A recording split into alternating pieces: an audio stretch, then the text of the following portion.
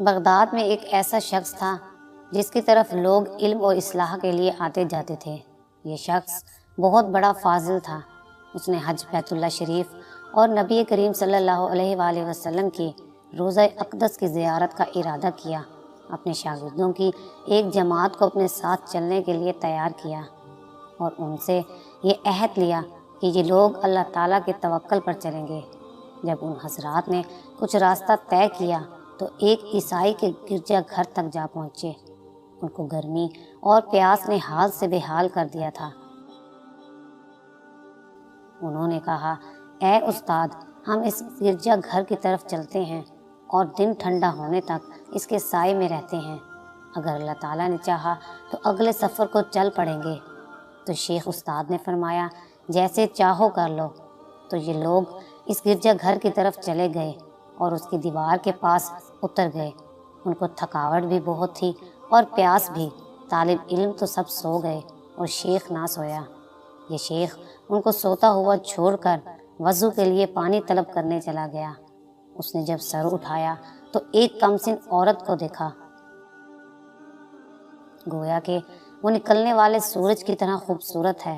جب شیخ نے اس کو دیکھا تو ابلیس نے اس کو اس کے دل میں بٹھا دیا۔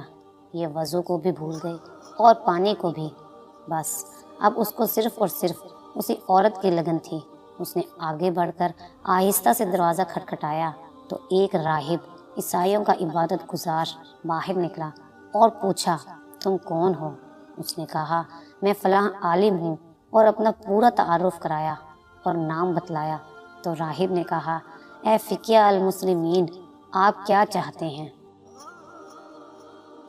کہا، اے راہب، یہ لڑکی جو گرجا گھر کے اوپر سے نمودار ہوئی تھی تمہاری کیا لگتی ہے؟ راہب نے کہا، یہ میری بیٹی ہے، لیکن آپ کیوں پوچھتے ہیں؟ شیخ نے کہا، میں چاہتا ہوں کہ تم اس سے میرا نکاح کر دو۔ راہب نے کہا، یہ ہمارے دین میں ناجائز ہے۔ اگر جائز ہوتا تو میں لڑکی کے مشورے کے بغیر اس کا نکاح آپ سے کر دیتا، لیکن میں نے اس کے حق میں اپنے دل میں ایک عہد کیا ہوا ہے کہ میں اس کا نکاح اسی سے کروں گا جس کو وہ اپنے دل سے پسند کرے گی۔ میں اس کے پاس جاتا ہوں اور اس کو آپ کے متعلق اطلاع کرتا ہوں۔ اگر وہ اپنے لیے آپ کو پسند کر لیتی ہے تو میں اسے آپ سے بیعت دوں گا۔ تو شیخ نے کہا، بڑی خوشی اور مہربانی کے ساتھ۔ وہ راہب اپنی بیٹی کے پاس گیا اور سارا قصہ سنایا، جس کو وہ شیخ بھی سن رہا تھا۔ لڑکی نے کہا، ابا جان، آپ اس سے مجھے کیسے بیائیں گے؟ میں عیسائیت پر ہوں اور وہ دین اسلام پر ہے۔ اس کی یہ خواہش کبھی پوری نہیں ہو سکتی اللہ یہ کہ وہ بھی عیسائی ہو جائے۔ تو راہب نے بیٹی سے کہا، تیرا کیا خیال ہے؟ اگر وہ تیرے دین میں داخل ہو جائے تو اس سے شادی کر لے گی؟ اس نے کہا، ہاں، کر لوں گی۔ شیخ عالم کا تقاضا اس اثنا میں بڑھتا چلا جا رہا تھا اور شیطان اس کے دل میں لڑکی کو خوب بنا سنوار رہا تھا۔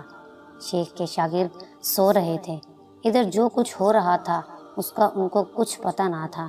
اسی وقت شیخ لڑکی کی طرف متوجہ ہوا اور کہا، میں اپنا دین اسلام چھوڑتا ہوں اور تیرے دین کو قبول کرتا ہوں۔ لڑکی نے شیخ سے کہا، یہ شادی عزت و وقار کی ہے، لیکن زوجیت کا حق اور مہر ادا کرنا ضروری ہے، اور یہ حق تو کیسے ادا کرے گا؟ میرا خیال ہے کہ تو ایک فقیر آدمی ہے۔ بہرحال میں اپنے حق میں تم سے مطالبہ کرتی ہوں کہ ان خنزیروں کو 1 سال تک چراؤ گے اور یہی میرا حق مہر ہوگا۔ شیخ نے کہا، درست ہے، یہ تیرا حق ہے، لیکن میری ایک شرط ہے، تو میرے سامنے اپنا چہرہ نہیں چھپائے گی تاکہ میں صبح شام دیکھ سکوں۔ لڑکی نے کہا، ٹھیک ہے۔ شیخ نے اپنا وہ عصا اٹھایا جس سے خطبہ دیا کرتا تھا، اسے لے کر خنزیروں کو ایک طرف لے جانے کے لیے ہانکنے لگا۔ یہ سب کچھ ہو گیا، لیکن اس کے شاگرد نیند میں تھے۔ جب وہ اپنی نیند سے بیدار ہوئے تو شیخ کو تلاش کیا تو وہ نہ ملے۔ یہ سب کچھ ہو گیا، لیکن اس کے شاگرد نیند میں تھے۔ جب وہ اپنی نیند سے بیدار ہوئے تو شیخ کو تلاش کیا تو وہ نہ ملے۔ انہوں نے راہب سے پوچھا، تو اس نے سارا قصہ سنا ڈالا۔ کوئی تو اس سے بے ہوش ہو کر گر پڑا اور رونے لگا اور اس کی حالت پر افسوس کرنے لگا۔ پھر راہب سے پوچھا وہ کہاں ہے؟ کہا وہ خنزیر چرا رہا ہے۔ تو وہ شاگرد اس کی طرف چل دیے اور استاد کو اپنے اس عصا کی ٹیک لگائے ہوئے دیکھا جس سے خطبہ دیتا تھا۔ اس سے وہ خنزیروں کو ہانک بھی رہا تھا۔ وہ کہتے ہیں کہ ہم نے اس سے کہا اے ہمارے سردار، یہ کون سی مصیبت ہے جو آپ پر ٹوٹ پڑی ہے؟ اور ہم اس کو قرآن اور اسلام کی فضیلت یاد دلاتے اور حضرت محمد صلی اللہ علیہ وآلہ وسلم کی فضیلت بیان کرتے اور اس کے سامنے قرآن و حدیث پڑھتے رہتے۔ شیخ نے ہمیں کہا تم میرے پاس سے چلے جاؤ، جو تم مجھے یاد دلا رہے ہو اس کو میں تم سے زیادہ جانتا ہوں۔ مجھ پر اللہ رب العالمین کی طرف سے امتحان نازل ہوا ہے۔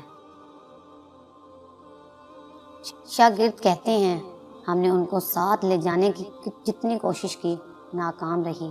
اس کے بعد ہم مکہ مکرمہ کی طرف چل پڑے اور ان کو چھوڑ دیا، لیکن ہمارے دلوں میں اس کی حسرت رہی۔ ہم نے حج کر لیا اور بغداد کی طرف واپس لوٹنے کا ارادہ کیا۔ جب ہم اسی جگہ پر پہنچے تو کہا آؤ شیخ کو دیکھتے چلے۔ اس نے کیا کیا؟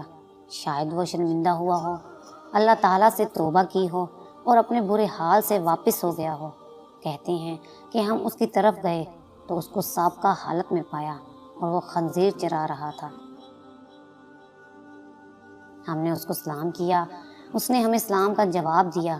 ہم نے اس کے سامنے قرآن کریم پڑھا، اس نے ہمیں کوئی جواب نہ دیا تو ہم اس کے پاس سے چلے گئے، لیکن اس کی خاطر ہمارے دلوں میں بہت حسرت رہی۔ کہتے ہیں جب ہم گرجا گھر سے کافی دور نکل آئے تو ہم نے ایک سایہ دیکھا جو گرجا گھر کے کونے سے ہماری طرف کو آ رہا ہے اور زور زور سے پکار رہا ہے، تو ہم اس کے لیے رک گئے۔ یہ وہی شیخ تھا جو ہمارے ساتھ آیا اور کہا اشہد ان لا الہ الا اللہ و اشہد ان محمد رسول اللہ۔ میں نے اللہ تعالیٰ سے توبہ کی ہے اور جس حالت میں تھا اس سے واپس آ گیا ہوں، اور یہ مصیبت ایک گناہ کی وجہ سے ہوئی جو میرے پروردگار کے مابین تھا، اور اللہ تعالیٰ نے مجھے اس کی سزا دی تھی۔ یہ اس کی مصیبت تھی جو تم نے دیکھی۔ کہتے ہیں ہم ان کے لوٹنے سے بے حد خوش ہوئے اور بغداد آ گئے، اور شیخ جتنی عبادت کرتے تھے اب اس سے بھی زیادہ عبادت میں متوجہ ہو گئے۔ اسی طرح سے ہم شیخ کے گھر میں ایک دن پڑھ رہے تھے کہ ایک عورت نے آ کر دروازہ کھٹکھٹایا۔ ہم اس کے پاس گئے تو اس سے پوچھا کیا کام ہے؟ کہنے لگی شیخ کے پاس آئی ہوں، ان کو بتلاؤ فلاں راہب کی بیٹی آئی ہے اور آپ کے ہاتھ پر اسلام قبول کرنا چاہتی ہے۔ تو شیخ نے اس کو اندر آنے کی اجازت دے دی۔ جب وہ اندر آئی تو شیخ سے کہا اے میرے سردار، میں اس لیے آئی ہوں کہ آپ کے ہاتھ پر اسلام قبول کروں۔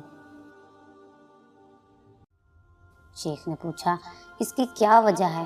کہنے لگی جب آپ مجھے چھوڑ کر آئے تھے تو مجھ پر نیند نے غلبہ کیا تو میں سو گئی، اور میں نے خواب میں حضرت علی بن ابی طالب کو دیکھا۔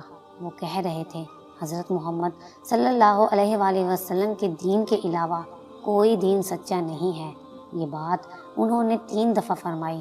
اس کے بعد مجھے فرمایا اللہ تعالیٰ نے تیرے ساتھ اپنے اولیاء میں سے ایک کا امتحان لیا ہے، میں اسی وجہ سے آپ کے پاس آئی ہوں اور آپ کے سامنے حاضر ہوں۔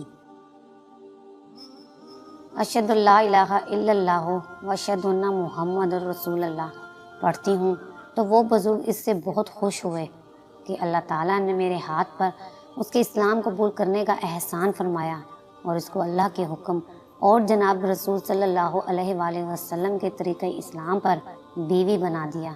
شاگرد کہتے ہیں پھر ہم نے شیخ سے اس گناہ کے متعلق پوچھا جو ان سے اللہ تعالیٰ کی بارگاہ میں سرزرد ہوا تھا۔ شیخ نے بتلایا کہ میں ایک دن کسی گلی سے گزر رہا تھا، ایک نصرانی مجھے چمٹ گیا۔ میں نے اس سے کہا تجھ پر خدا کی لعنت ہو، مجھ سے دور ہو جا۔